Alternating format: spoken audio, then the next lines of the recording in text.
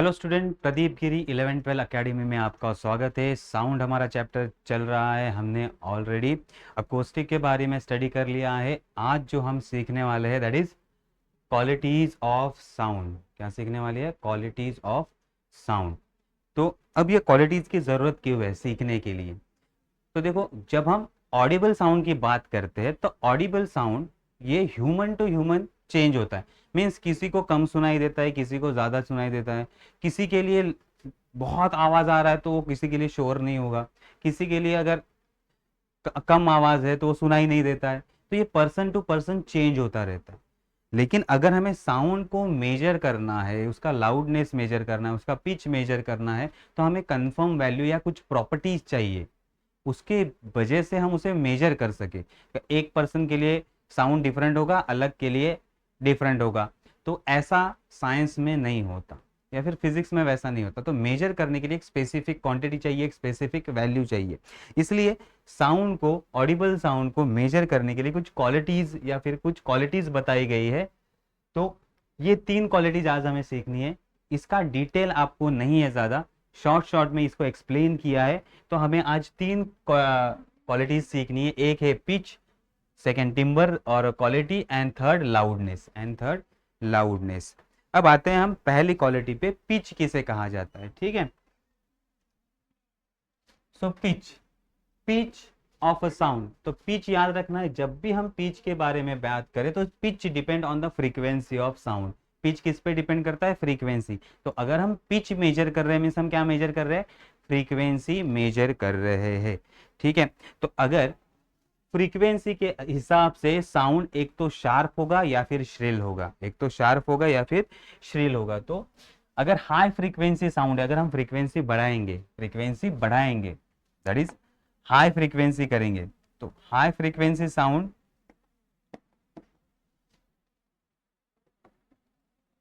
High frequency अगर frequency को हम बढ़ाएंगे तो हाई फ्रीक्वेंसी साउंड मीन्स उसे कहा जाता है हाई पिच साउंड।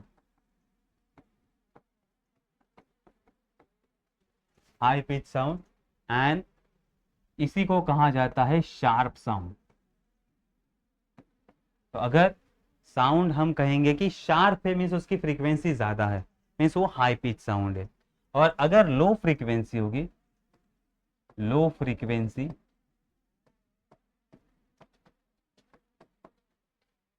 सो उसे कहेंगे लो पिच साउंड। और इस साउंड को हम कहेंगे श्रिल साउंड। ठीक है, श्रिल साउंड। तो अगर फ्रीक्वेंसी कम है तो उसे कहा जाता है लो पिच साउंड और उसी को कहा जाता है हमारा श्रिल। तो जनरली अगर हम इंस्ट्रूमेंट की बात करें, अगर आप गिटार और बेस गिटार, जो बड़ा वाला गिटार होता है, उसको आप कंपेयर करेंगे तो गिटार का साउंड शार्प होता है और बेस गिटार का साउंड श्रिल होता है। ठीक है, और अगर हम बात करें तबला और डग्गा, तबला छोटा सा होता है, डग्गा थोड़ा बड़ा होता है। अगर उसकी बात करो तो तबला का आवाज शार्प होता है एंड लो फ्रीक्वेंसी मीन्स डग्गे का आवाज जो होता है वो श्रिल होता है। जनरली मेल फीमेल में कंपेयर करो तो फीमेल की जो साउंड क्वालिटी है वो हाई पिच साउंड में आती है। तो फीमेल का साउंड शार्प होता है कंपेयर टू मेल, और मेल का साउंड होता है लो फ्रीक्वेंसी या लो पिच साउंड, तो मेल का साउंड श्रिल होता है।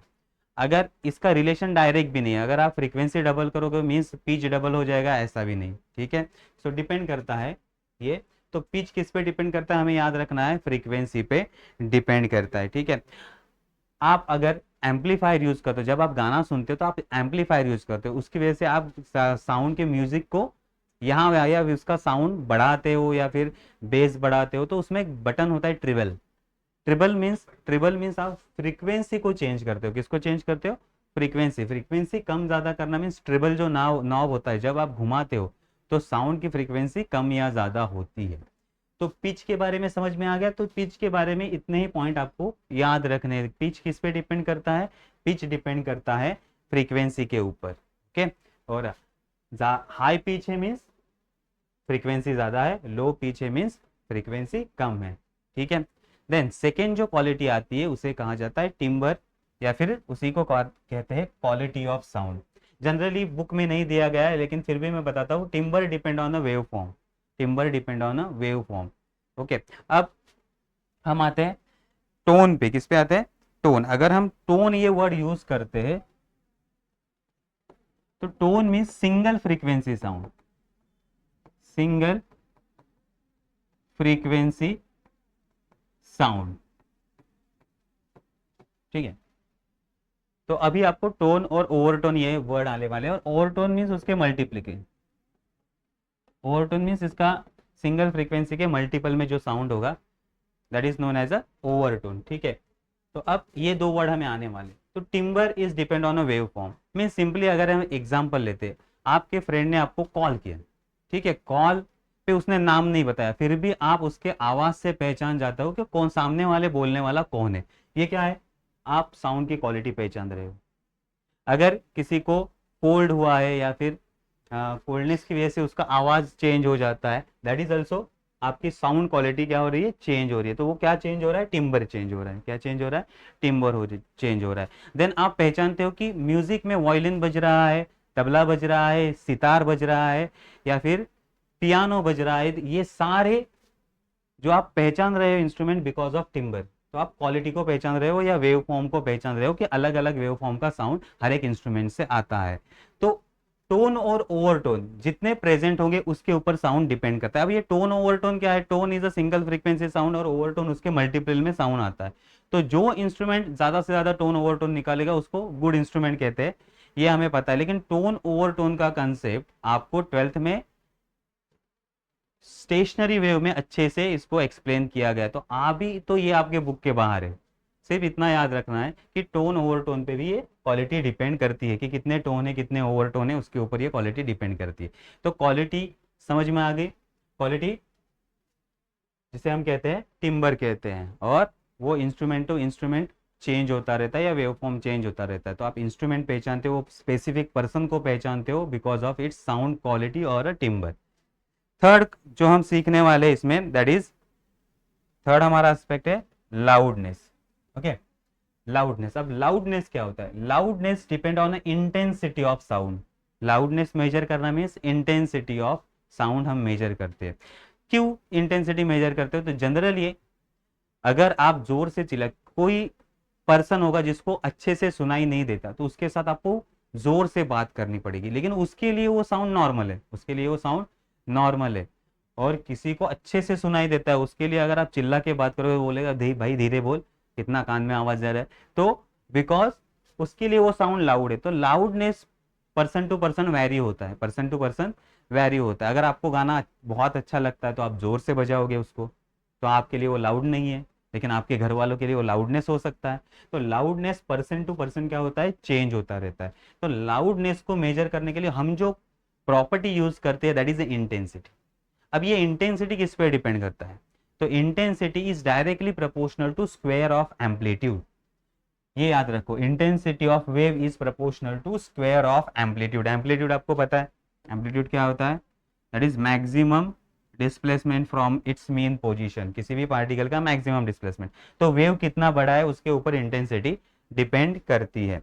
तो अगर एम्पलीट्यूड ज्यादा होगा तो इंटेंसिटी ज्यादा होगी। ठीक है, ये समझ में आ गया? तो अब लाउडनेस किस पे डिपेंड करता है? इंटेंसिटी पे डिपेंड करता है।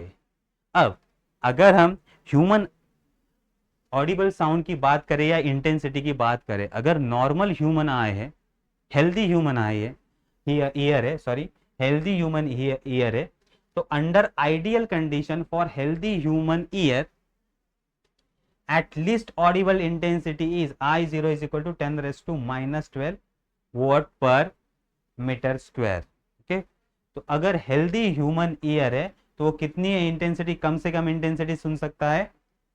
10 raise to minus 12 what per metre square, इतनी वो इंटेंसिटी सुन सकता है। तो ये सबसे लोएस्ट फ्रीक्वेंसी है जो हेल्दी ह्यूमन ईयर सुन सकता है।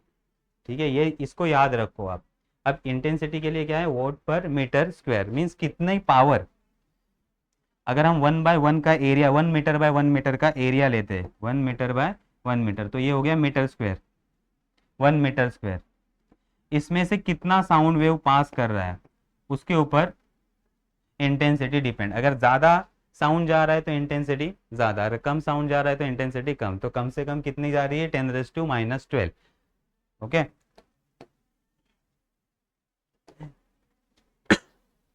अब हमें इंटेंसिटी से लाउडनेस मेजर करना है। इंटेंसिटी से क्या मेजर करना है? लाउडनेस। तो लाउडनेस के लिए आपको एक फॉर्मूला दिया गया है, बेसिकली वो फॉर्मूला आपको लर्न ही करना पड़ेगा क्योंकि उसका डेरिवेशन आपके बुक के स्कोप के बाहर है। ठीक है, तो क्या दिया है वो, तो ऐसा यूनिट होता है लाउडनेस का बेल। ओके, लाउडनेस का यूनिट क्या होता है?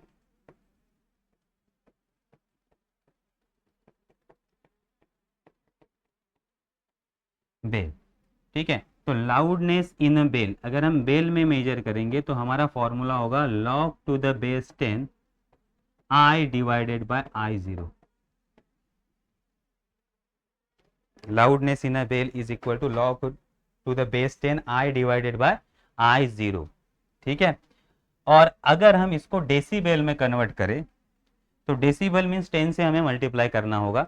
ओके, तो यही formula in decibel, so loudness in a decibel अगर हम लिखे loudness in decibel is equal to 10 log to 10 I upon I0। तो अब आपको पता है I0 का वैल्यू कितना होता है 10⁻⁻10। तो आपके पास फर्स्ट कंडीशन हम मिलते I is equal to I0, कितना साउंड आ रहा है आपके पास इंटेंसिटी का, I is equal to I0, तो लाउडनेस कितना होगा? लाउडनेस जनरली नथिंग होगा क्योंकि ये डिवाइड हो जाएगा। देखो इसको सॉल्व करते हैं, सो ये हो जाएगा 10 log to the base 10 1, क्या हो जाएगा? 1 हो जाएगा। ठीक है, या फिर हम मानते हैं कि लाउडनेस हमें 1 चाहिए, लाउडनेस हमें 1 चाहिए, तो ये 1 हो जाएगा log टू द बेस 1, आपको पता है, तो लाउडनेस इतना नहीं होगा, लाउडनेस इतना नहीं होगा। ठीक है, log 0 आ जाएगा, तो loudness is equal to 0, loudness is equal to 0। log to the 1 क्या होता है? log 1 का log 0 होता है, लाउडनेस नहीं है। ठीक है, तो अगर इतनी कम इंटेंसिटी आपके पास है रहे तो लाउडनेस 0 है। अब हम मानते हैं कि मुझे लाउडनेस चाहिए 10 डेसीबल, कितना चाहिए? 10 डेसीबल। तो लाउडनेस का वैल्यू मुझे कितना चाहिए? लाउडनेस का वैल्यू मुझे चाहिए 10 डेसीबल। तो उसके लिए अब इंटेंसिटी कितना होगा, आई का वैल्यू क्या होगा, ये हम फाइंड आउट करते हैं। तो देखो अब इसका value 10 is equal to 10 log to the base 10 I upon I0। ठीक है, तो अब 10 10 कैंसिल हो जाएगा, यहाँ बचेगा 1। ठीक है, अब लॉग को हटा दो, लॉग को हटा दोगे तो क्या होगा, ये पावर में कन्वर्ट हो जाएगा। आपको पता है log to the base 10 is nothing but power of 10 convert करने के लिए। ओके, log ऑफ 100 कितना होता है? 2, that is 100 is equal to 10⁻²। तो ये पावर में जब log निकलता है तो ये 10 का पावर बन जाता है, वैसे ही जब log निकलेगा तो ये 10 का पावर बनेगा I by I0, and therefore I is equal to 10 time of I0। तो अगर मुझे लाउडनेस 10 डेसिबल चाहिए तो मुझे इंटेंसिटी कितने से बढ़ानी पड़ेगी? 10 से बढ़ानी पड़ेगी। अब आते हैं सेकेंड केस पे। ठीक है, अब मुझे लाउडनेस चाहिए 20 डेसिबल, कितना चाहिए? 20 डेसिबल, 20 डेसिबल। अब 20 डेसिबल के लिए क्या वैल्यू होगा वो फाइंड आउट करते हैं। तो यहाँ होगा 20 decibel is equal to 10 log to the base 10 I by I0। तो अब ये 10 यहाँ आएगा 2, सो log हट गया तो 10⁻² is equal to I by I0, and therefore I is equal to 100 I0। तो अगर मुझे 20 डेसिबल साउंड चाहिए, मीन्स मैंने लाउडनेस को डबल किया, लाउडनेस को क्या किया? डबल किया, लेकिन इंटेंसिटी मुझे 100 टाइम्स करनी पड़ती है, इंटेंसिटी 100 टाइम्स करनी पड़ती है। अगर मैं 1000 डेसिबल को चूज करूंगा, कितना? 1000 डेसिबल को अगर मैं चूज करूंगा, लाउडनेस मुझे कितना चाहिए? सॉरी, लाउडनेस मुझे चाहिए 30 डेसिबल, कितना चाहिए? 30 डेसिबल को अगर मैं चूज करूंगा तो 30 डेसिबल के लिए इंटेंसिटी मुझे 1000 से बढ़ानी पड़ेगी, कितने से? 1000 से बढ़ानी पड़ेगी। अगर मैं 40 डेसिबल की बात करता हूँ, 40 डेसिबल की बात करता हूँ, लाउडनेस मुझे 40 डेसिबल चाहिए, तो इंटेंसिटी मुझे 10,000 से बढ़ानी पड़ेगी।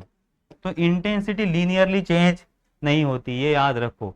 मीन्स अगर लाउडनेस डबल हो गया तो इंटेंसिटी डबल होगी नहीं।